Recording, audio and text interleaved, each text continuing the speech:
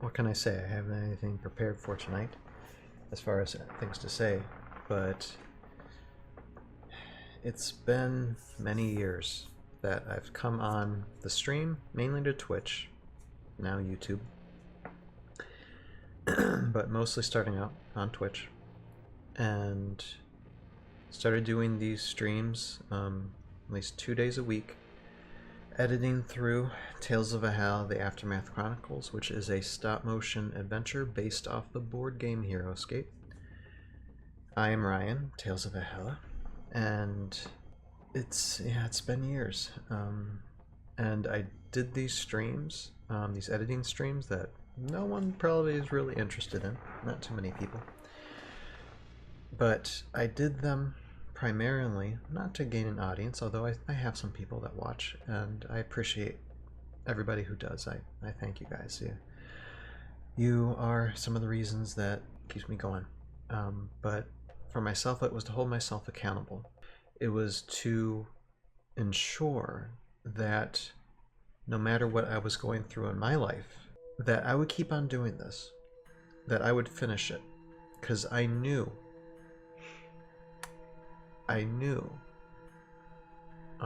about a quarter of the way in to season 2 and 3 when I was animating it that I'm just like, this is gonna take longer than what I originally estimated, and part of me in the back of my head was thinking, can I do this? And here we are, probably 5-6 years later, because my son wasn't even born before when I was thinking this. And here we are. Yeah, it took way longer than I thought, but I did it. It's done. To have this feeling of accomplishing something that if this was done by studios like Disney or say Aardman and Animations or others in Hollywood, so much money would be invested, in voice actors. You would have, director, producers, animators. Just, it would take a lot of people, and probably they would do it in a short amount of time. And I don't mean this to brag, because in the future I probably will need help.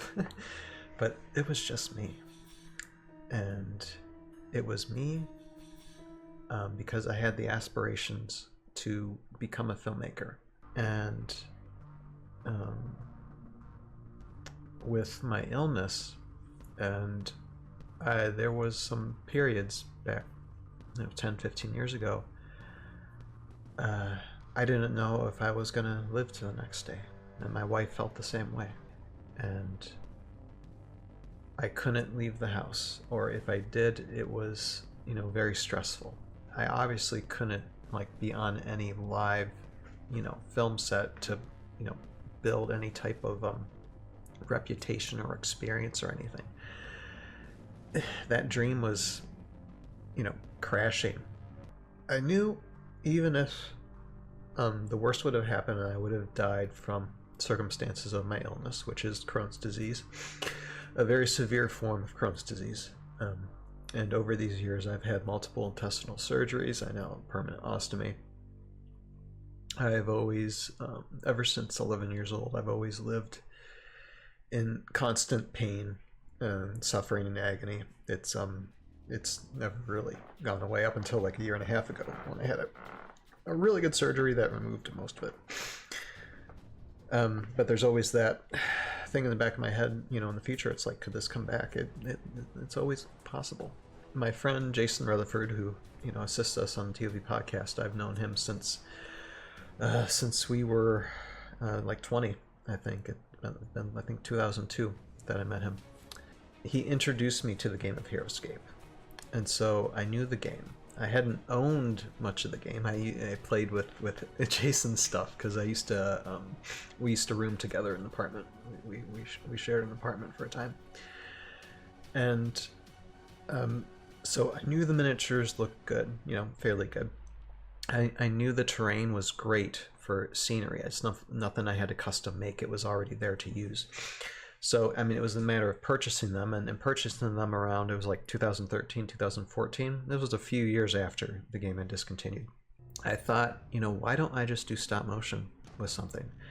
First I tried, you know, I was thinking about doing Legos, but there are lots of wonderful stop motion animators with Legos, and I'm not one of them. I'm not that good. I'm just not that good, and not that patient with Lego stop motion animation. But I did like a test of a couple of Heroscape miniatures that I did have with me, and I think I've shown that test before in the past. I might have to show it again, but it's just a really short video, and it's nothing like what I have today. But that got me thinking. If I got a bunch of Heroscape stuff, even just like starter set stuff, and do something based off like maybe the Airborne Elite, because I think I can connect with those guys the most, since they don't have really names or much backstory in Heroscape. I could make something from them. And so it just went through that process, that pre-production process of, you know, getting some terrain, getting some miniatures, figuring out what to do, getting the camera, and just doing all that research. And keep in mind, the whole time, throughout this time, I was going through like hospital visits at least once every 3 months, and it was intestinal blockages. It was very serious stuff. It's stuff that I could have been really died from. I almost did a few times. But I figured that if I can't leave my house, if I can't go to a studio, I'll bring the studio in my house. And Season 1, Tales of Valhalla Season 1, that was supposed to just be a one-time thing. I wasn't really planning initially on doing Seasons 2 and 3. I just wanted to do something to keep my head in a game and not keep me focused on the condition of my illness, of the fact that I could die. Because in anything that I've heard about, people who find a purpose, find a goal towards something, even if they have circumstances that are outside of their control that potentially can end their lives, or, you know, the lives of the family, whatever, if they just found something to do. And it doesn't have to be anything this big, but this is what I did.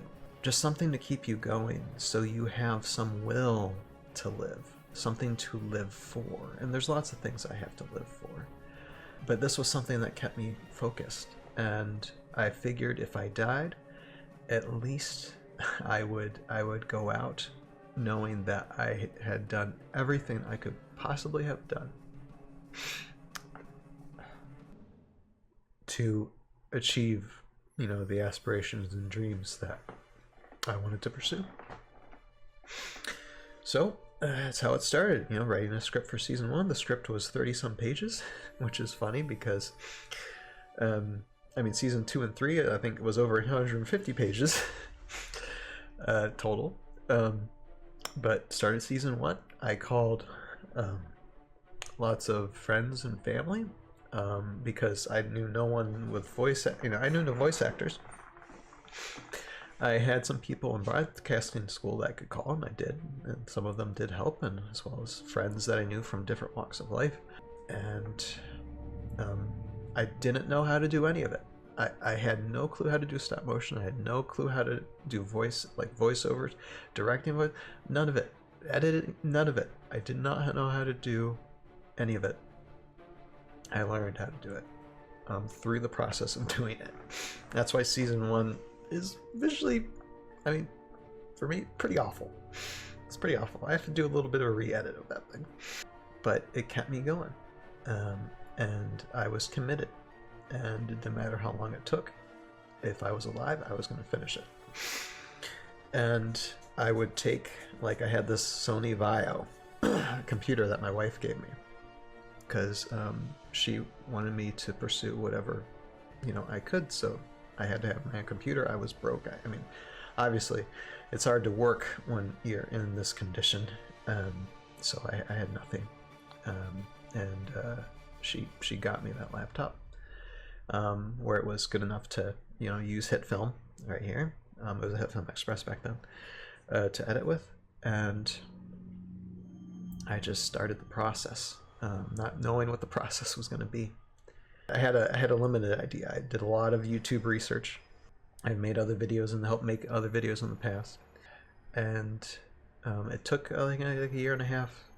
I think a year and a half, 2 years to animate, and I was in the hospital, in and out. I would take my computer with me. This Sony Vaio was a big hulking thing, along with other equipment. I'd be walking into the ER because knowing that I'd probably be staying for like at least a week or up to a week in a hospital, and I'm like, I wanted to continue. You have an NG tube up my nose for my gut to decompress, and that's awful medically. Or just to recover from whatever blockage I had, and then keep on going. And then I realized after I did it all, I'm just like, okay, I'm still here. I think I can do better. And so this is where we're at now, end of season 3. And I mean, in this process still, I mean, I've had hospital visits, I've had other instances to where I could have died again like a year and a half ago. It just but this is one thing that's kept me going. It's the Heroscape community, it's friends and family, it's everybody's been cheering for me, it's everybody who's helped me out with the voiceovers, those now and those probably in the future too, for make future seasons. And I'll never forget that. Never forget the support.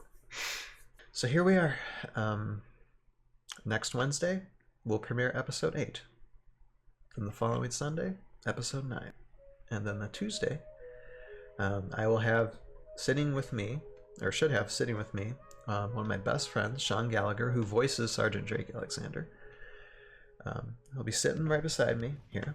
I haven't seen him since before the pandemic, so it's been a little while. And we will, together, along with other people probably on the panel on Discord, we'll go through episode 10, and it's gonna be great. It's gonna be great. So yeah,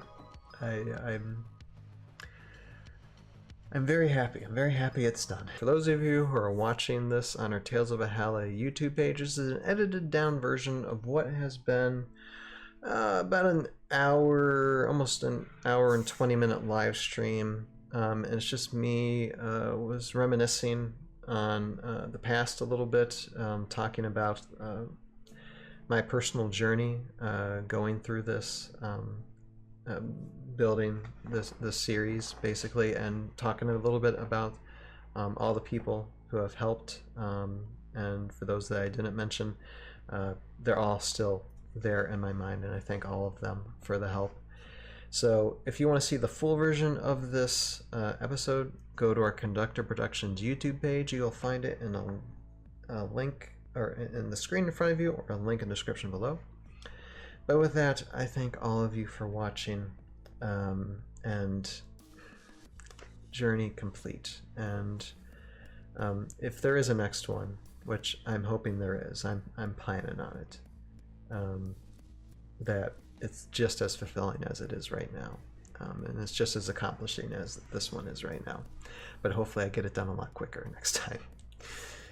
You have a purpose in your life. Find it, pursue it, live it. We'll see you this Sunday. Bye now.